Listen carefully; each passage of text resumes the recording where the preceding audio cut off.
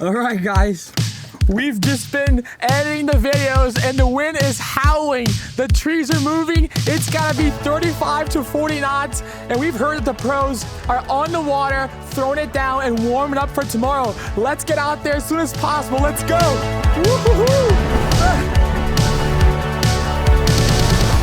Greek drivers are like Brazilian drivers. They don't stop, so let's try to get across this street here without getting killed. And now there's also quads. People drive quads here. These guys are absolutely lunatics. They drive so fast. All right, I guess we have a good chance of making it across after the scooter. Let's go, let's get out there. Guys, check this out. There's so many wind caps, it's insane. It's gotta be well over 30 knots and the pros are out there. They're warming up and they're hungry. There's 60,000 euros on the line. So these guys are really livid to go out there tomorrow and try to win this competition. It is cranking right now. The forecast is only supposed to be 25, but that's gotta be 30 knots. Look at that, that's a huge board off. And we're stoked to get down there and see what's going on. Let's go.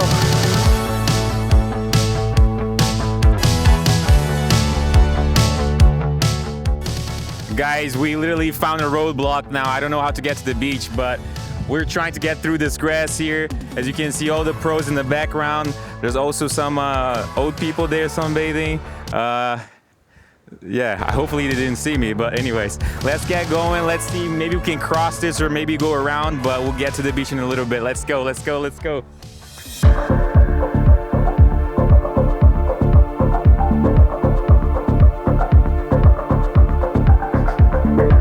Guys, we've made it to the spot. It is a very different scenery than yesterday.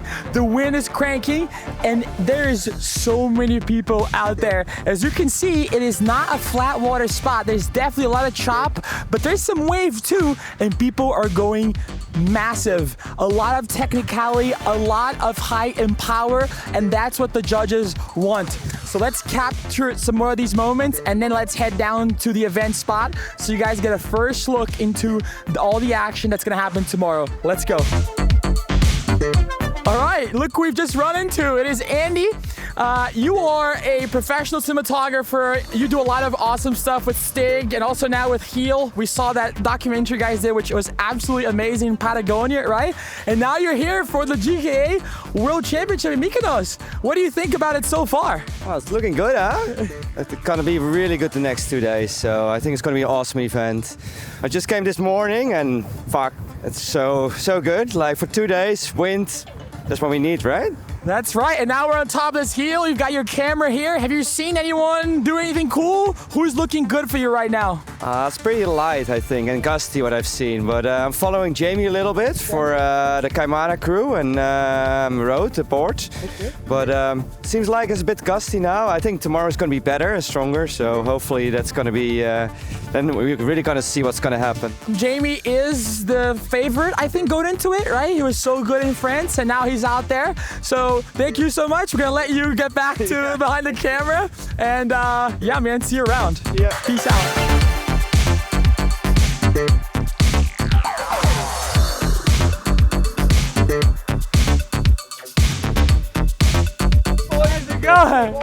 Good to see you.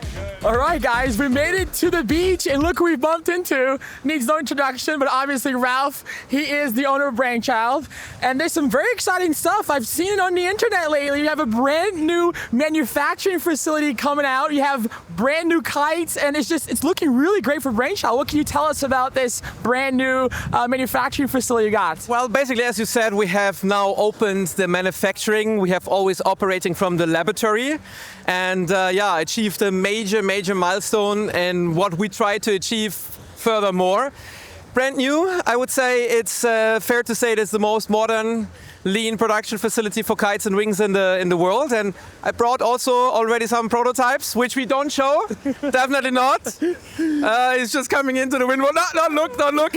So don't show that. Yeah, no, it's super exciting. We had a great opening with the Prime Minister of the Republic of North Macedonia. So it was a big thing. Everyone is really proud of what we achieved in such a short time.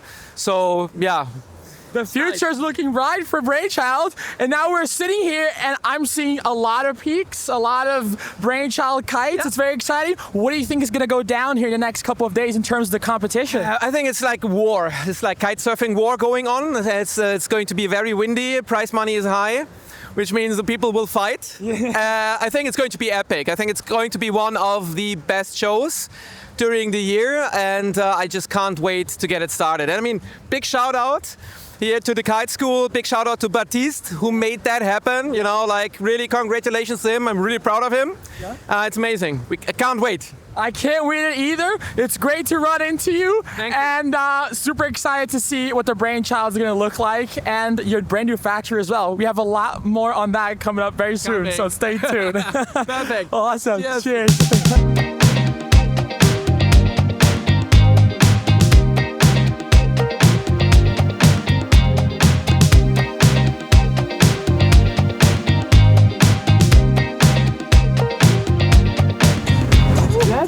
You know. We're here on the event site. It is kind of chaotic.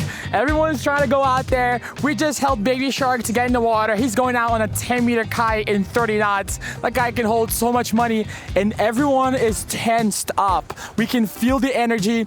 There's 60,000 euros on the line, and people are locked in because everybody wants that grand prize money. Let's keep going.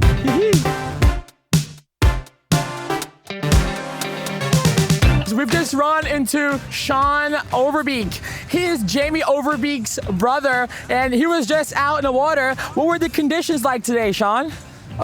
Compared to the other training days we had, it was rather gusty in a way that it was very unpredictable. There were some nice magic gusts, but you could only feel them once you were in the air, so you couldn't really anticipate on it. So it was challenging, but nice for the competitors to train in harder conditions. That's so cool. And how has Jamie been? I mean, you're working closely with him. What's his mind space? He is on the very top of the ladder, right? He won in France. Now he could really win the world championship this time. How is his mind space these past couple of days? To be fair, I've never seen him as chill as right now for a competition. He's just going with the flow.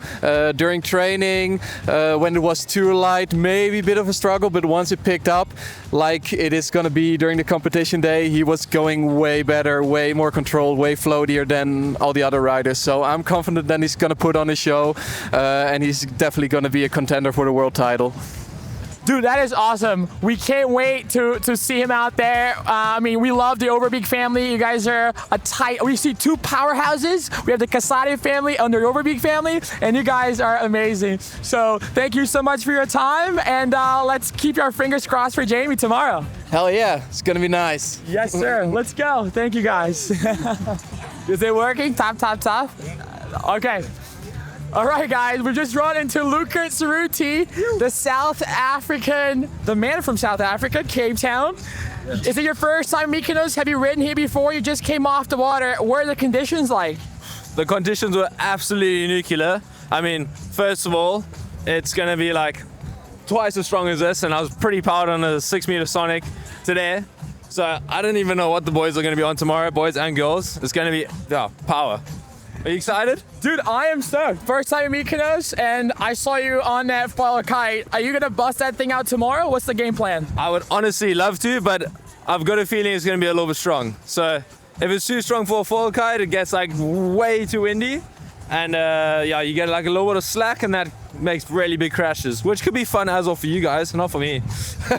We're concerned about those crashes because downwind of the event side are like those gnarly power cables. So I hope everyone's safe, and especially you guys need to jump way out there to make sure you have plenty of room to fly, right? Yeah, literally, like if you have to fly, I think it's like from here to the takeoff spot, like 300 meters. So if you're not taking out all the way there, you could get like a magic gust, travel 300 meters, which isn't too far, and then land in the huts or in the accommodation and stuff, which isn't very nice.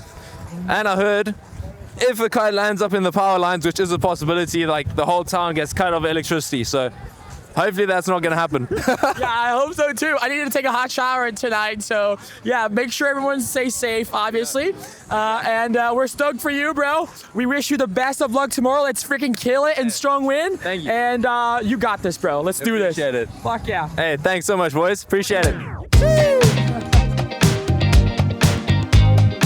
Obviously, there's a lot of money on the line, and the wind's gonna be nuking tomorrow. So actually, the safety crew is out here as well. They're kind of doing a couple of practice runs, which is really important for the competition, right? To have these guys on top of their game if something does go down. So the nerves are creeping in. People are getting excited, and we have about another hour or so of sunlight. And tomorrow, the game is on.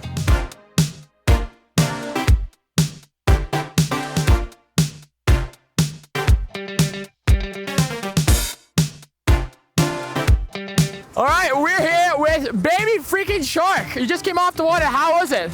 Man, it was fun, but it's not the wind we want, but I already made people think that I'm not riding good because I was not kiting good, but wait until tomorrow.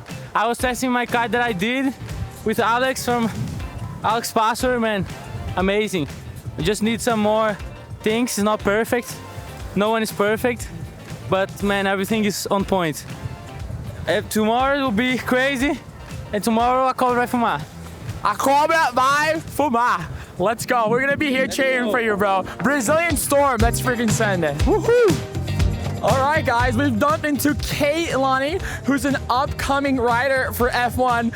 Actually, it's really good to see the woman power and so many girls and women in the water throwing it down. And you are riding the Trigger, which is one of our favorite kites. How was your session today? How are the conditions looking? Thank you. Yeah, today it was really good. A warm session for tomorrow. So for tomorrow we're gonna send it. And yeah, it was pretty good. A little bit gusty, but yeah, with the Trigger it was pretty insane. Actually, yeah. That's awesome. Is this gonna be your first big competition? Yes, I never had like a competition before. Just the youth one last year in Tarifa. But yeah, I can't wait for tomorrow. That's awesome. How old are you? I'm 16, yeah. Oh my God, 16 at the biggest stage of Big Air. That is amazing. What's your goal for tomorrow? Is there a trick that you want to land, or what's the goal for tomorrow? Yeah, I just want to try to land my tricks and yeah, give my best on the water and have fun. That's a really goal to have. We're gonna be watching you out there. We wish you the best of luck. Let's go. And you have the gear, you have the kite and the gear for it. So let's do this. You can do it. Cheers. Thank you, guys. Top. All right, the sun is going down, but we just came across Francesca Maini. Obviously, she's representing Great Britain and North Kiteboarding, and she was out there throwing it down just now. What was your session like, Francesca? Yeah, I had great fun. I mean, it was a little bit gusty out there, but I was having a great time. You know, just was going to go for 30 minutes, but ended up spending a lot longer out there, but I was having a great time. That is awesome. So what's the game plan? What's the expectation for tomorrow? Man, just jump and don't crash. That's the game plan. That's a great. I still remember that trick you did in Coda. I think it was as a kite loop, but in added rotation, the highest score in Coda up to that point. That was absolutely insane. Are you hoping to replicate that here? I mean, that would be really nice if I could throw that down tomorrow. So let's see what comes out. I'm pretty random in comps. You never know what happens, so let's see. Amazing. Well, we're going to be here on the beach cheering for you guys. It's amazing, the level of the ladies, and we're stoked to see you representing Great Britain. We talked to Lewis Crathen. He's one of your biggest fans. Like, let's go. We're going to bring it home. So Hey. you can. Yeah. Thank you so much, and best of luck to you. Thank you so much. Cheers. All right, we just bumped into Adrian Kerr. This guy is a media legend of kitesurfing with Kitesurf 365 and also Portrait Kite. It's really nice to meet you and Ben. And like I said on Kite 365 that just came out today, you guys are bringing kitesurfing to the people. And you're always the one interviewing people. So I saw you, I was like, I gotta get you on the camera and ask you some questions. So this is our first time in Mykonos, first time that the GKA is here. What can you tell people about this spot, and what are your expectations to the comp in the next couple of days? Yeah, it's actually a really interesting spot because it was a spot that was almost not known on the circuit for a long time, but there has been people coming here for a long time, windsurfing and a lot of guys, but they always kept it quiet. 3 years ago, Andrea did the triple here. It's a well-known place where Ralf did a lot of testing for the Brainchild kites. And since then, it's sort of blown up. I remember coming here maybe 3 or 4 years ago, and there was just a splattering of riders, you know. But, you know, riders are like goats, you know. They're very territorial, and they stay within their own sort of circles. So I don't think people will come here as a part of their training, because it is a difficult place, and they like Tarifa and those sort of places, but for a comp like this, it's perfect, you know. It's a bit like cold Hawaii. People don't go there to kite, but it always puts on a good competition. So I don't think this is going to be a place that you're regularly going to see the guys come to train, but they're going to turn up for every competition here. It's warm water, great winds, you know, amazing vibes here. The Greeks put on a great show. And 60,000 euro in prize money. The biggest prize pool I think that I can remember, maybe back in the early days there might have been some bigger ones, but yeah, and that's the thing, right? Before, riders who are maybe out of the running for the World Championship, maybe they don't want to perform, just keep up their ranking. It's good to get in that top 10, but I think now a lot of these guys who are maybe coming here to hold their ranking are like, hang on a minute, there's some life-changing money here. And I know 18,000 doesn't sound like a life-changing money to a lot of people, but in the kitesurf industry, that's big money, you know, because we have guys in this industry who are riding out here doing stuff, and they're not on salaries, which is crazy. It is insane, right? They're literally risking their lives, which is why it's so important, the job that you guys do to bring awareness to people, bring more sponsors, more money. And I'm going to put you on the spot. You know all the riders, you follow them around. Based on what you've seen here today, who's looking the most impressive, and who do you think is going to prevail tomorrow? Well, let's go with the girls first, because I think that's easier. I mean, I think Mika Sol is the woman to beat, you know. Look, the fact that Mika got second is kind of crazy for her, you know.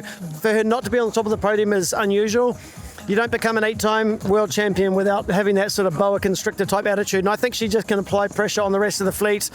On the guys' side, it's really tough, man. Can Finn put that same pressure on Jamie, but Jamie wants to right the wrong of 2024. You know, 2024, he had some gear failure, broke a line and had a big crash, you know, and it really rocked him and he couldn't really get going again. Finn, the ultimate competitor, freestyle champion. I mean, can he be a 25 freestyle champion and a 26 world champion in big air? It's also a crazy story. So, but you also can't write off Leonardo. The guys is just so tough. I mean, look through those fleets. I mean, you try and pick it's like, what's the easiest fleet? It's almost impossible to do. Yeah, no, that's exactly right. I think we're living on the prime of kitesurfing, and I think thanks to characters like Michael McDonald with Big Air Kite League that brought all those guys into it. So thank you, Mike, but also to guys like you and Ben who are broadcasting the events, bring the people closer, and I think that's beautiful to see. I want to say something about Mike, you know, and every opportunity on the record. I know Mike gets a bit of a hard time, but for me, he's one of the most important people in the history of Big Air by giving the Big Air Kite League and giving these young riders, as Lorenzo walks past us now. Without that, it was difficult to break that strong hold that those guys had, and Mike has done an amazing job, you know. You know, maybe we ran out of money and stopped working, but the job was done, you know. And, you know, I'll always say that, and I'll always take every opportunity to thank Mike for that, because, you know, he also believed in us, you know, to give us opportunities. And you know, it was just, he did a great job for the sport, and all these kids have basically here because of Mike. Absolutely. So we'll leave it here. Thank you so much. It's a pleasure to meet you, and let's keep watching what these guys put up a show the next couple of days. Thank you. Let's go. Peace out. All right, guys. Hope you enjoyed the action. Like we keep saying, there's 60,000 euros on the line, the biggest prize money in Big Air we've ever seen, and everyone is super stoked for tomorrow. The sun is going down, and most of the pros have gone home, but it is looking amazing for tomorrow with 40 knots and all the best riders in the world. Check back here with us. Make sure to subscribe to MACkite and to follow the Brazilian Brothers for more epic content coming straight out of Mykonos in Greece. Thank you so much, and see you in the next video. Let's go. Hee hee.